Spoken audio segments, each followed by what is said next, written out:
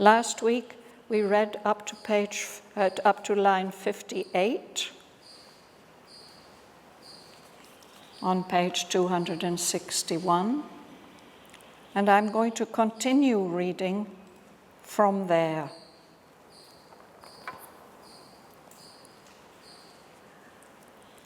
Far are those realms of illumined certitude. Far are those realms from our labor and yearning and call. Perfection's reign and hallowed sanctuary, closed to the uncertain thoughts of human mind, remote from the turbid tread of mortal life. But since our secret selves are next of kin, a breath of unattained divinity visits the imperfect earth on which we toil. Across a gleaming ether's golden laugh, a light falls on our vexed, unsatisfied lives. A thought comes down from the ideal worlds and moves us to new model, even here, some image of their greatness and appeal, and wonder beyond the ken of mortal hope. Amid the heavy sameness of the days, and contradicted by the human law, a faith in things that are not and must be lives, comrade of this world's delight and pain. The child of the secret soul's forbidden desire, born of its amour with eternity. Our spirits break free from their environment. The future brings its face of miracle near. Its Godhead looks at us with present eyes. Acts deemed impossible grow natural. We feel the hero's immortality, the courage and the strength death cannot touch, awake in limbs that are mortal, hearts that fail. We move by the rapid impulse of a will that scorns the tardy trudge of mortal time. These promptings come not from an alien sphere. Ourselves are citizens of that mother state. Adventurers, we have colonized matter's night. But now our rights are barred, our passports void. We live self-exiled from our heavenlier home. An errant ray from the immortal mind accepted the earth's blindness and became our human thought, servant of ignorance. An exile, laborer on this unsure globe, captured and driven in life's nescient grasp, hampered by obscure cell and treacherous nerve. It dreams of happier states and nobler powers, the natural privilege of unfallen gods, recalling still its old, lost sovereignty. Amidst earth's mist and fog and mud and stone, it still remembers its exalted sphere and the high city of its splendid birth. A memory steals from a lost heaven of truth.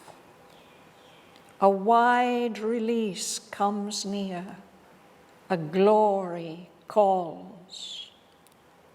A might looks out, an estranged felicity. In glamorous passages of half-veiled light, wandering a brilliant shadow of itself, this quick, uncertain leader of blind gods, this tender of small lamps, this minister serf, hired by a mind and body for earth use, forgets its work mid crude realities. It recovers its renounced imperial right. It wears once more its purple robe of thought and knows itself the ideal's seer and king. Communicant and prophet of the unborn, heir to delight and immortality.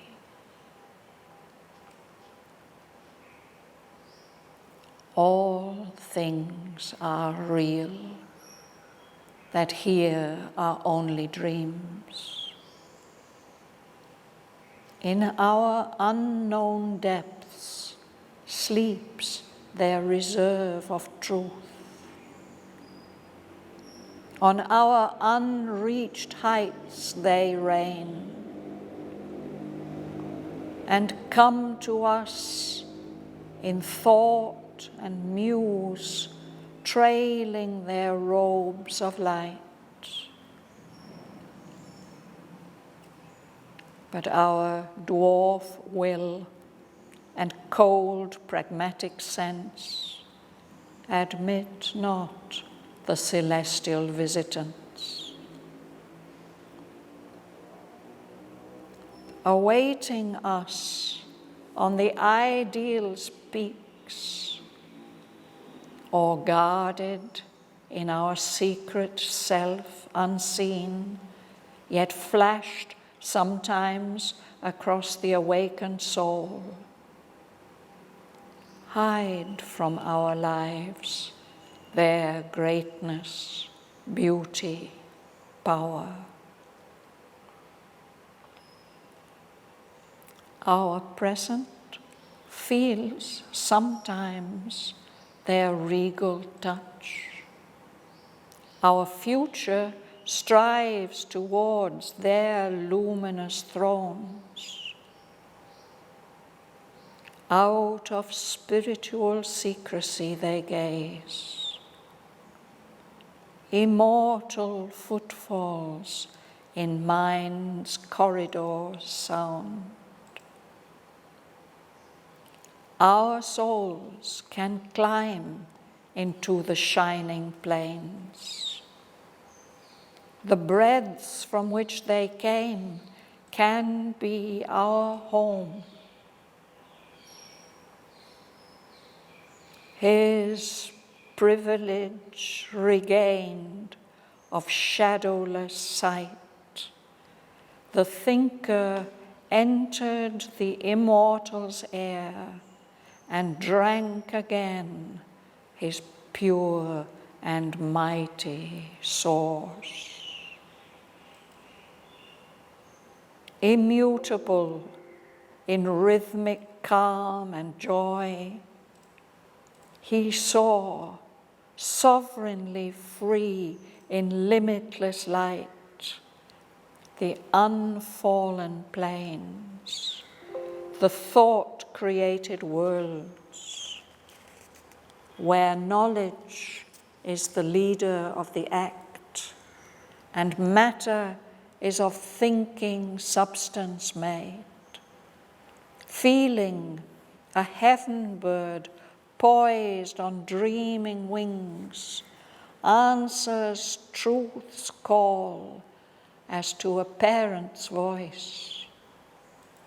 Form, luminous, leaps from the all-shaping beam, and will is a conscious chariot of the gods, and life a splendor stream of musing force carries the voices of the mystic suns. A happiness it brings of whispered truth. There runs in its flow, honeying the bosom of space, a laughter from the immortal heart of bliss, and the unfathomed joy of timelessness. The sound of wisdom's murmur in the unknown, and the breath of an unseen infinity. In gleaming clarities of amethyst air, the chainless and omnipotent spirit of mind brooded on the blue lotus of the idea. A gold supernal sun of timeless truth poured down the mystery of the eternal ray through a silence quivering with the word of light on an endless ocean of discovery. Far off he saw the joining hemispheres. On meditation's mounting edge of trance, great stairs of thought climbed up to unborn heights, where time's last ridges touch eternity's skies, and nature speaks to the spirit's absolute.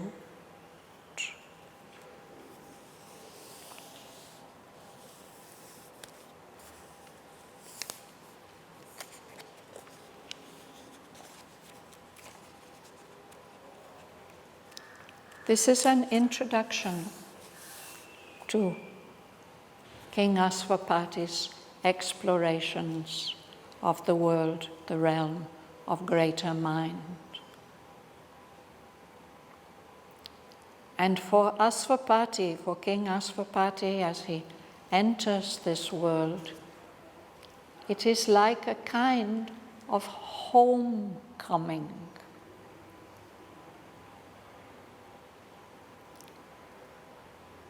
When Sri Aurobindo first introduces us to King Aswapati at the very beginning of Canto 3 of Book 1, he's telling us, he says that, how has Savitri come to be born? A world's desire has compelled her mortal birth, and one special being has come to the earth in order to bring about the fulfillment of this desire of the earth. And the poet describes King Asvapati at that point.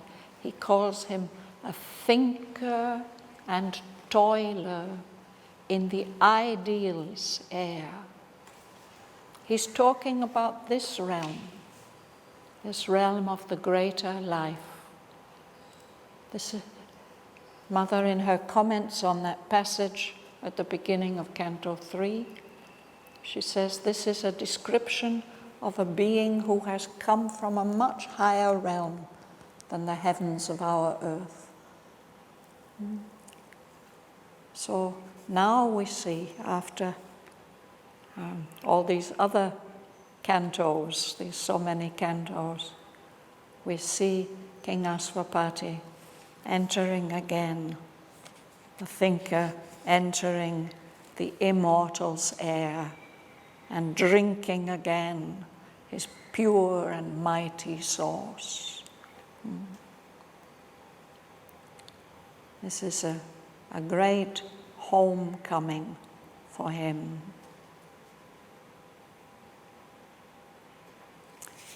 So I'll go back to line 59 and try to give some explanations of these lines in between.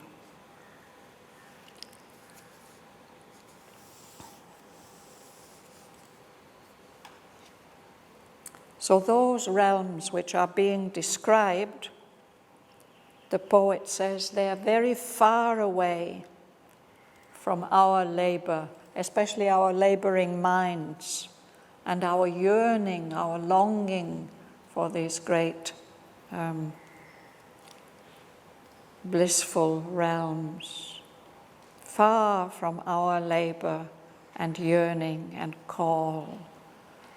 What is experienced there is perfection's reign, the rule of perfection, and the hallowed sanctuary of perfection. Something that is hallowed is sacred, and a sanctuary is a sacred, protected place. Those worlds are like that. They are closed to the uncertain thoughts of human mind. They're remote, very far away from the turbid tread of mortal life. Turbid means troubled. Our life is troubled, disturbed. They are very far from us.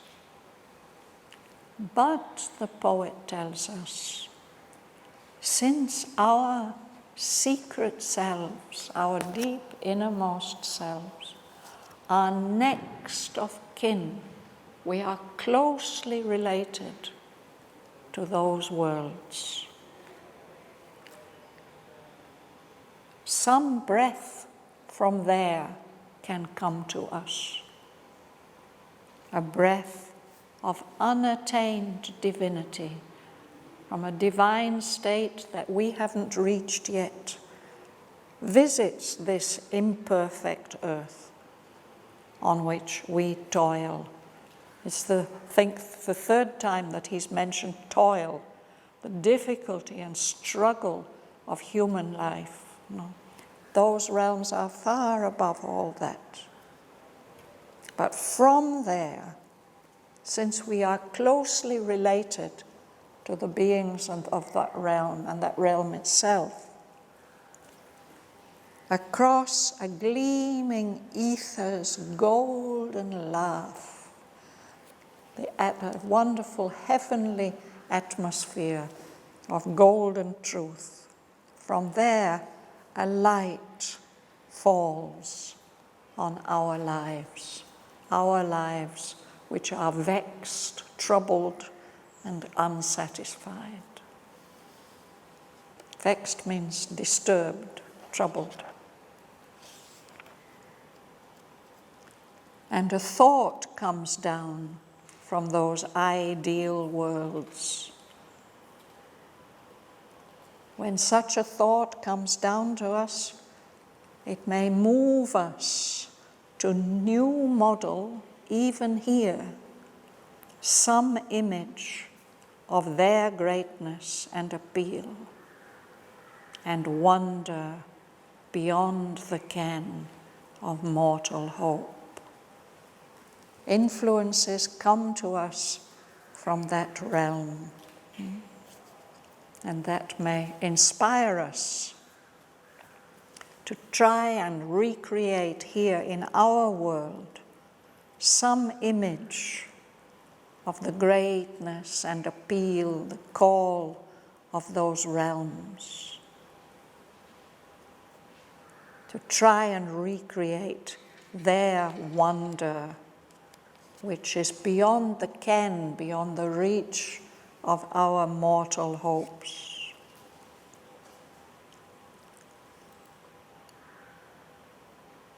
Amid the heavy sameness of our human days, contradicted by the human law, they move us to a faith in things that are not, which don't exist at the moment, but which must be. We feel they must be or they should be, and the poet tells us those great things must be made true.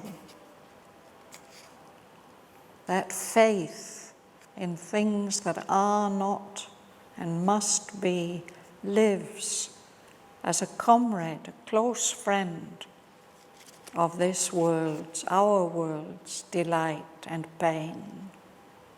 That faith, he says, is like an illegitimate child, a child born out of wedlock, the child of the secret soul's forbidden desire, born of its amour, its love affair with eternity. When we get touched by that faith, our spirits break free from their environment, their limited human environment. The future brings its face of miracle near. We begin to believe in a wonderful future. And the Godhead, the divinity of the future, looks at us with present eyes. Things that we thought were impossible, deemed means supposed or thought to be impossible, they grow natural. We feel in us the hero's immortality and the courage and the strength that death cannot touch wakes up in our human limbs, our limbs that are mortal, subject to ignorance and death, and our hearts that tend to despair and fail, grow weak. Moved by those influences, we move by the rapid impulse of a will that scorns the tardy trudge of mortal time. When you scorn something, you don't want to pay any attention to it. It's just nonsense. No? Tardy trudge. Trudge is walking with difficulty. And tardy here means slow, far too slow. So there's this will which despises this slow movement of mortal time. Instead, we may, by that faith, we may get moved by a much more rapid impulse to much greater things.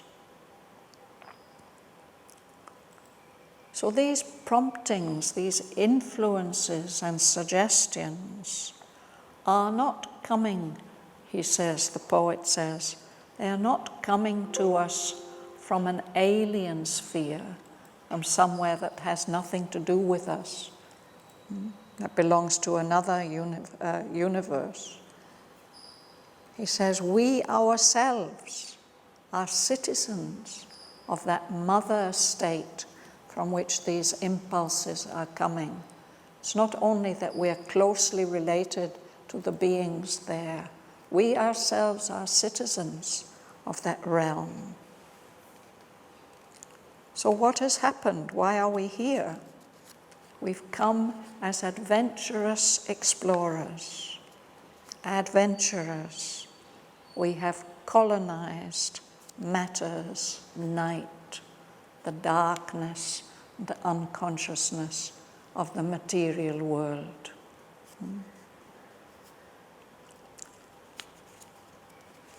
That's one of the ways that Sri Aurobindo describes Asvapati in that first introductory passage. Calls him a colonist from immortality. So we have come also as colonists. We've accepted to be born into this difficult world of matter. But now our rights are barred. We've come here.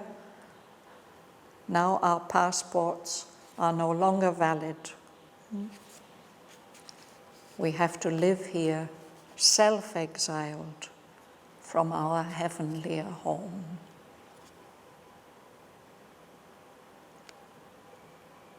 And then he tells us that an errant ray, a wandering ray of light from the immortal mind with a capital M, has accepted Earth's blindness. It's as if also descended as a colonist and become our human thought, servant of ignorance. An exile, laborer on this unsure globe. It's got captured and now it's being driven as a slave in the nescient grasp of life, material life. Nescient grasp, this ignorant, unknowing, unconscious grip. It's hampered, it's held back, obstructed by the cells of our bodies, our obscure cells, the nerves which betray us, they're treacherous. But that errant ray from immortal mind is still dreaming of happier states and nobler powers. It's remembering those states from which it has come.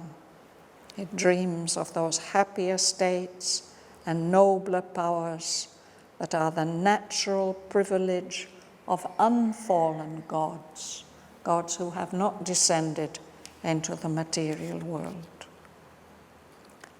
That mind remembers still its old lost sovereignty, even here in the middle of Earth's mist and fog and mud and stone.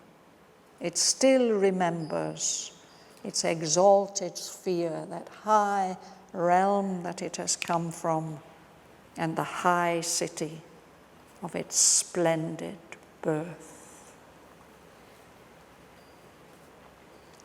Because of that connection, a memory steals into us from a lost heaven of truth. That memory also has something to do with the faith. A wide release comes near, a sense of freedom. There's a call to a more glorious state. A might looks out, a strength, an estranged felicity, a deep happiness that we've lost track of.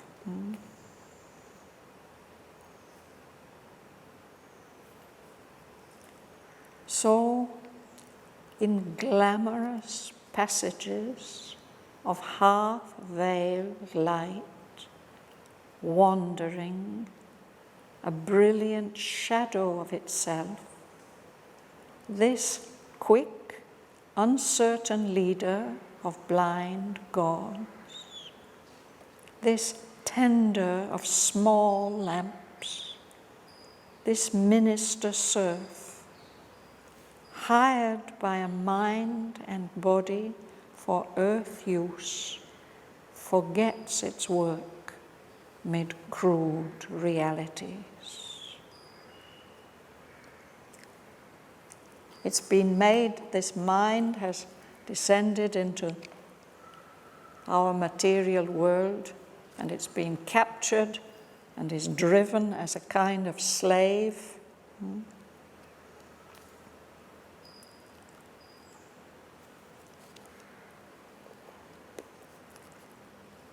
This is a description of that mind, a mind that we know, actually. It says it is quick but uncertain, and it leads blind gods, other human powers. All of us are ignorant. This mind looks after small lamps, a tender of small lamps, maybe these little deeps, it has to keep them alight. This mind is a minister serf. A serf is a kind of slave, but still this mind is a kind of advisor to our human state. It's been hired by a mind and body for earth use. But when the memory steals in, it forgets its work in the midst of the crude realities of our material world. In its consciousness, it recovers, it gets back that imperial right which it had renounced in order to come here. Then it remembers, it knows that it is the seer and king of the ideal, the communicant, one who can communicate with the divine, is in constant communion with the divine, prophet of the unborn, heir to delight and immortality. It remembers its true nature. And then the poet reassures us that these are not just dreams. All things are real, that here are only dreams. In our unknown depths sleeps their reserve of truth, the truth that guarantees them.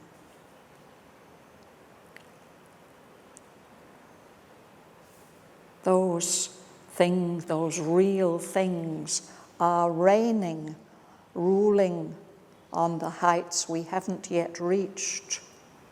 And they come to us sometimes in thought and muse, trailing their robes of light.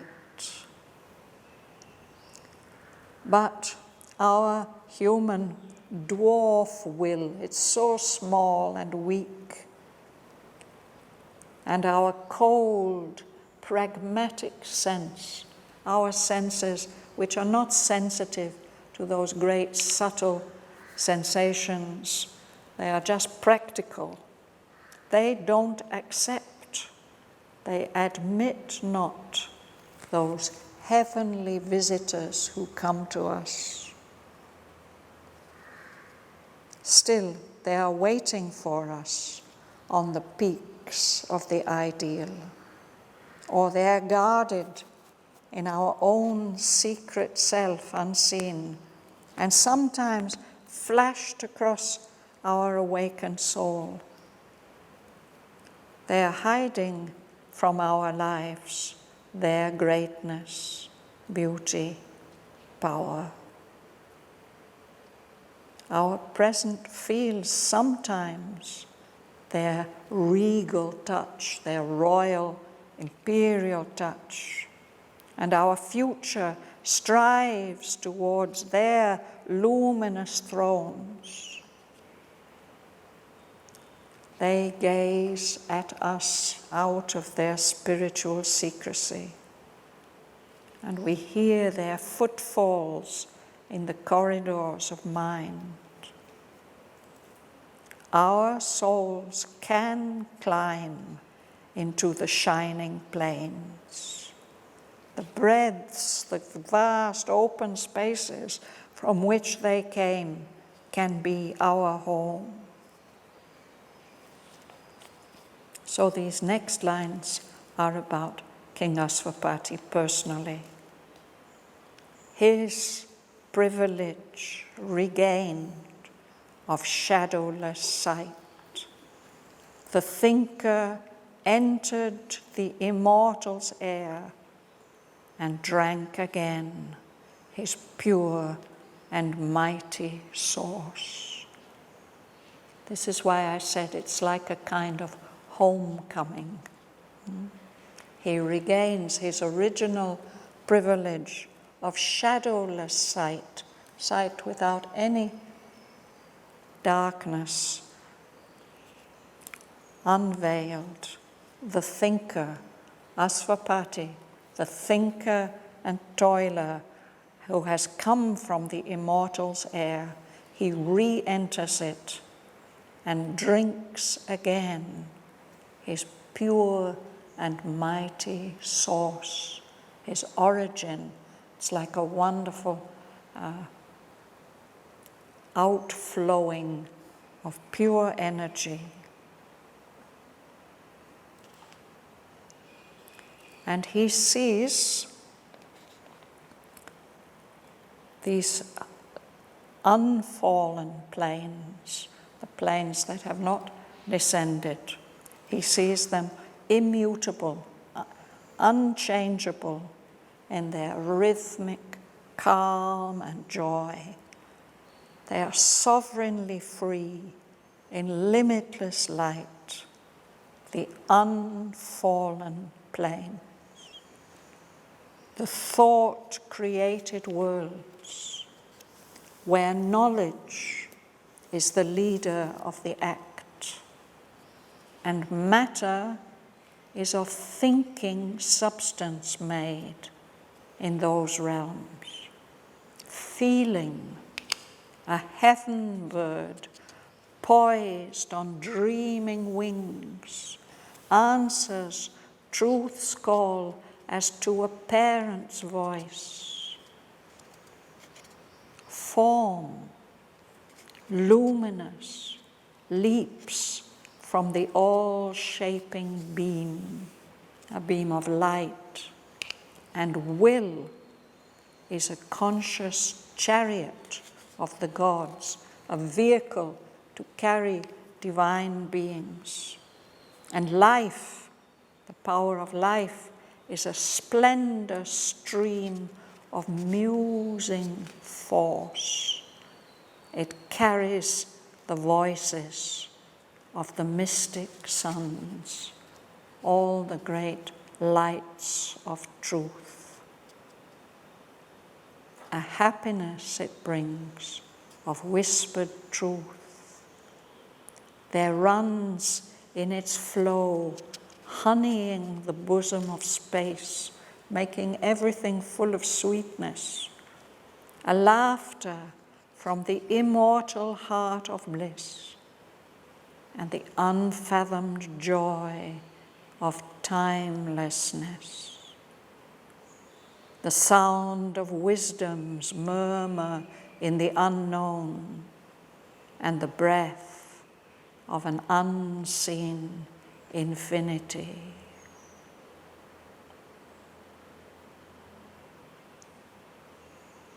In that high realm, in gleaming clarities of amethyst air, the chainless and omnipotent spirit of mind brooded on the blue lotus of the idea, the creative thought. Clarities, absolutely clear and pure. This amethyst air. Amethyst is such a beautiful color, a kind of mixture of turquoise and purple.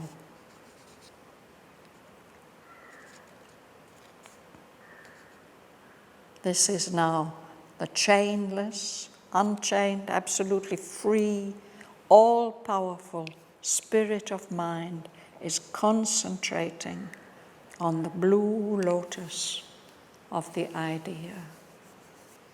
Here on earth, the blue lotus doesn't exist. There are pink lotuses and yellow lotuses and white lotuses. And there are blue water lilies. But the blue lotus is said to grow on the other side of Mount Kailash, beyond Lake Manasarova, and this can only be seen by very special people. A gold, supernal sun, a supreme sun of timeless truth, that truth that is mentioned in the Gayatri Mantra. Poured down the mystery of the eternal ray through a silence quivering with the word of light on an endless ocean of discovery. Far off, he saw, Aswapati saw, the joining hemispheres, the upper and the lower hemispheres. On meditation's mounting edge of trance, great stairs of thought climbed up to unborn heights, where time's last ridges touch eternity's skies, and nature speaks to the spirit's absolute.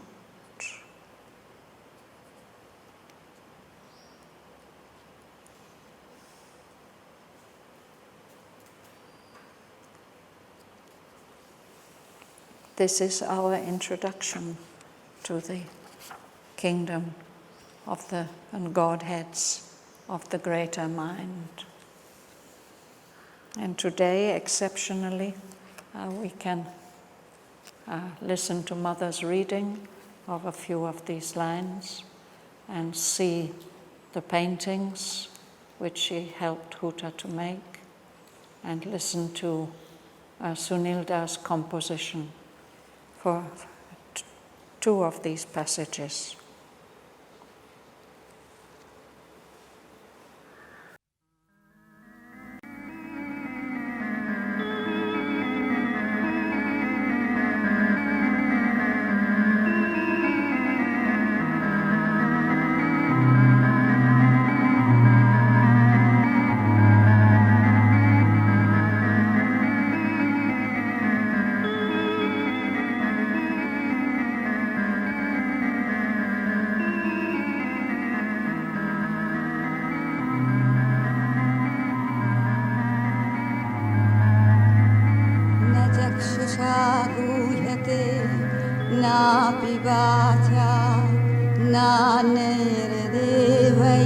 तपसा कर्मणा वा ज्ञानप्रसादेन विशुद्धसत्त्वास्ततस्तु तं पश्यति निष्कलं ध्यायमानः एषोऽनुरात्मा चेतसा वेदितव्यो यस्मिन् प्राणः पञ्चधा संविवेश प्राणैश्चित्तं सर्वमूतं प्रजानाति यस्मिन् विशुद्धे विभवत्येषयात्मा यम यमलोकं मनसा संविभाति विशुद्धसत्त्वः कामयते यांश्च कामान् तं तं लोकं जयते कांश्च कामान् तस्मात् आत्मज्ञं यर्चयेद भूतिकामः.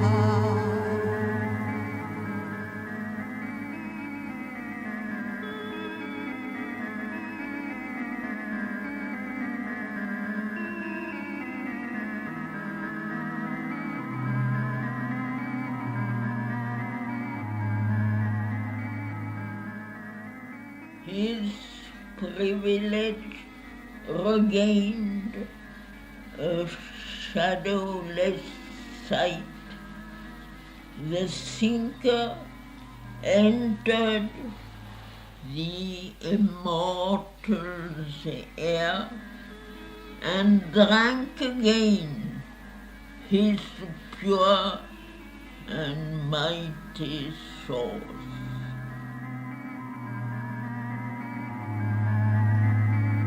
चक्षुषा गूह्यते नापि वाचा नान्यैर्देवैस्तपसा कर्मणा वा ज्ञानप्रसादेन विशुद्धसत्त्वास्ततस्तु तं पश्यति निष्कलं ध्यायमानः.